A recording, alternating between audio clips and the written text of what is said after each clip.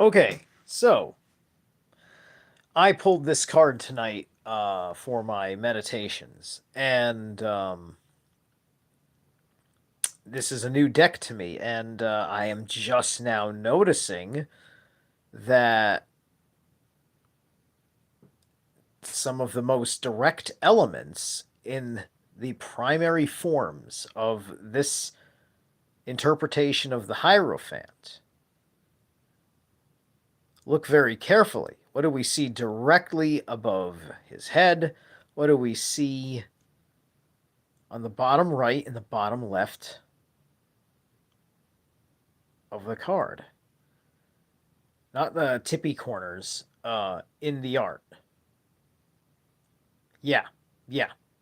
That's a square and compass. That is the um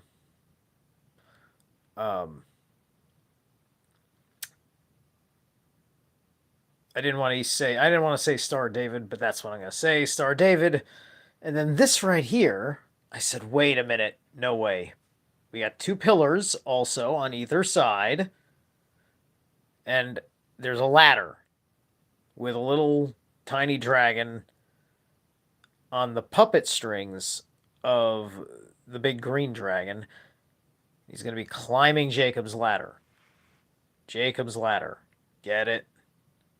You know, they still had to give him a popey hat, but as you can see, it doesn't have Christian or Jewish symbolism on it. In fact, it has if I'm looking at that correctly, yeah, I mean like it's got the Trinity knot, which in certain contexts has Norse equivalencies as well as Celtic equivalencies.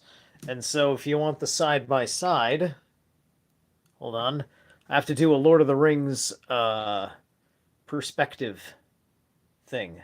Whoops. Hold on. I get them both on screen. There we go. Can you All right, the focus is going to be a problem anyway. Okay, so there's Jacob's ladder, right? I mean, this ladder is put at this very quirky angle, right? They put it at this very quirky angle. Hold on a second. There we go.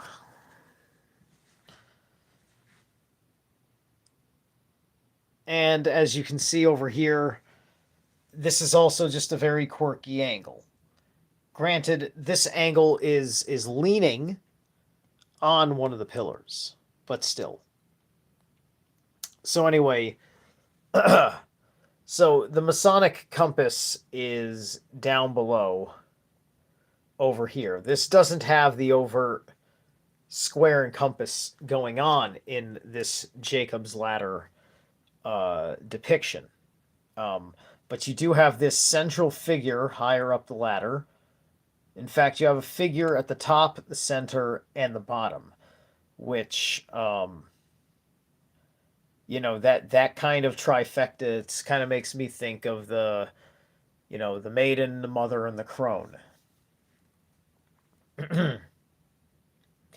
And so, of course, the dragon here would represent center pillar.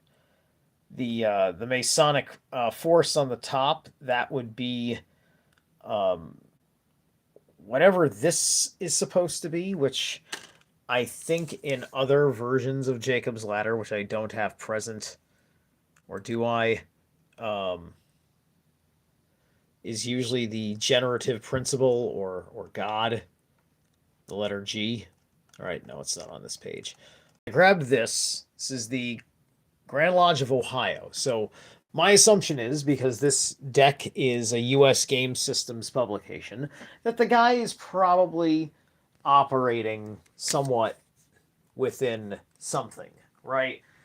Because that's just something that I notice with most stuff operating with US Game Systems. But anyway, I'm going to read this real quick and wrap it up. Many rituals of Freemasonry have formed through centuries of tradition and the passing of knowledge from one generation to the next. Allegories conveying the ethical principles which, when followed, might allow a man to lead a good and virtuous life, continue to be shared in lodges spanning the globe. Within these lessons are symbols from the ancient world, ciphers that have guided men in thought and deed long before speculative masonry arose in Europe during the Middle Ages. One such emblem of antiquity presents itself within the first degree, Jacob's ladder. So, Jacob's ladder is even what they call the first degree. Then it goes into the Bible quote. We all get that. I'm getting to the transcendent of that. Like most biblical passages, the meaning of Jacob's dream has long been debated. However, despite variations on the ladder's interpretation across the three Abrahamic religions, Islam, Christianity, and Judaism, it shares similar significance within each. It is considered a metaphorical path to heaven, a means by which we receive gifts from heaven, and by one interpretation, a manifestation of the progress of man and the behaviors that bring us closer to God. All right. So that as an ethos makes sense for the Hierophant. All right. The Masonic ladder is unlike any other in the craft in that it is a symbol directly taken from the Bible. It appears in the entered apprentice degree of the Blue Lodge as well as in the degree of the York Rite Masonry. Interestingly, the latter is also unique in that its depiction and significance do vary slightly between the different degree systems. It is thought the Masonic ladder entered ritual in 1776 when Brother Thomas Dunkerley adopted it from ancient Hermetic traditions. So this isn't even so that's very interesting that allegedly Jacob's ladder wasn't introduced into any official lodge order until 1776, right? Very interesting.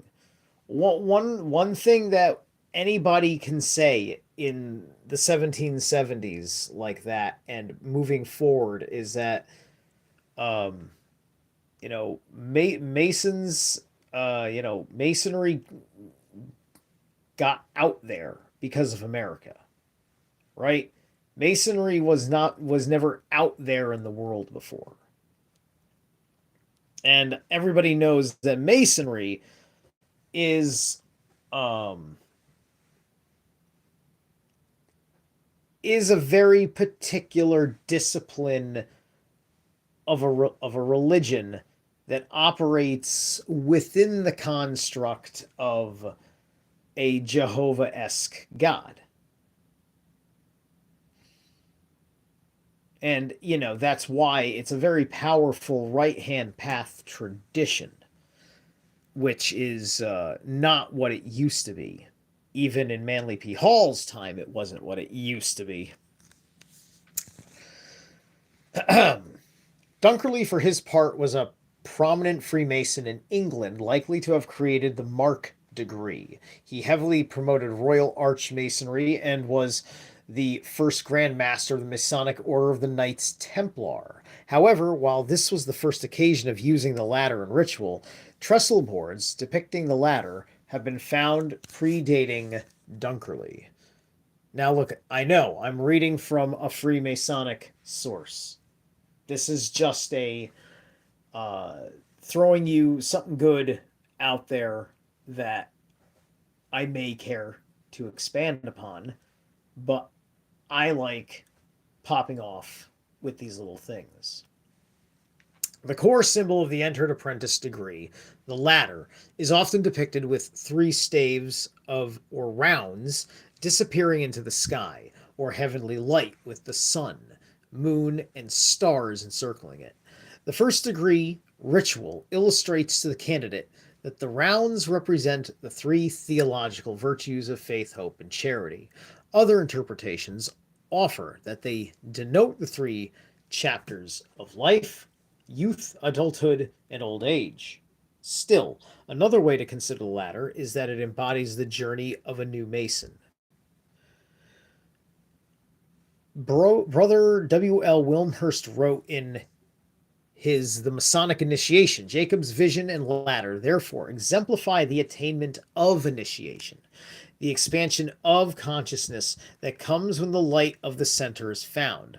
When taken as Wilmhurst described, Jacob's ladder reveals how the ethical teachings of Freemasonry can lead us towards heaven. As we work in life to serve our brethren, communities, and God, we fulfill our moral obligation, nourish our spirit, and ascend the ladder. Okay. So,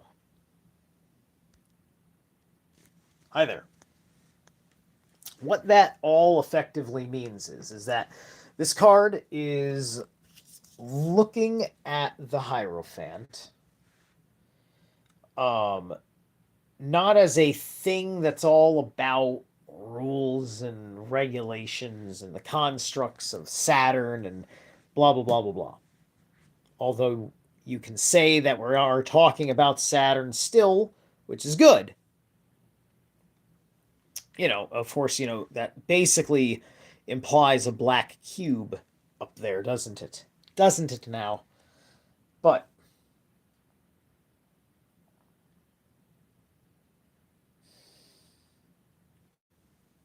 what do me and my colleagues say in the Blue Flame Initiates? This is the path work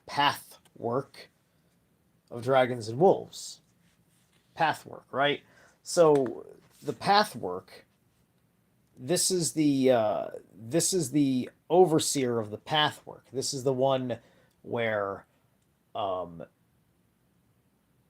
they are here to help you, help yourself in figuring out the way this shit works. And they can't change any of that because there are powers above those gods.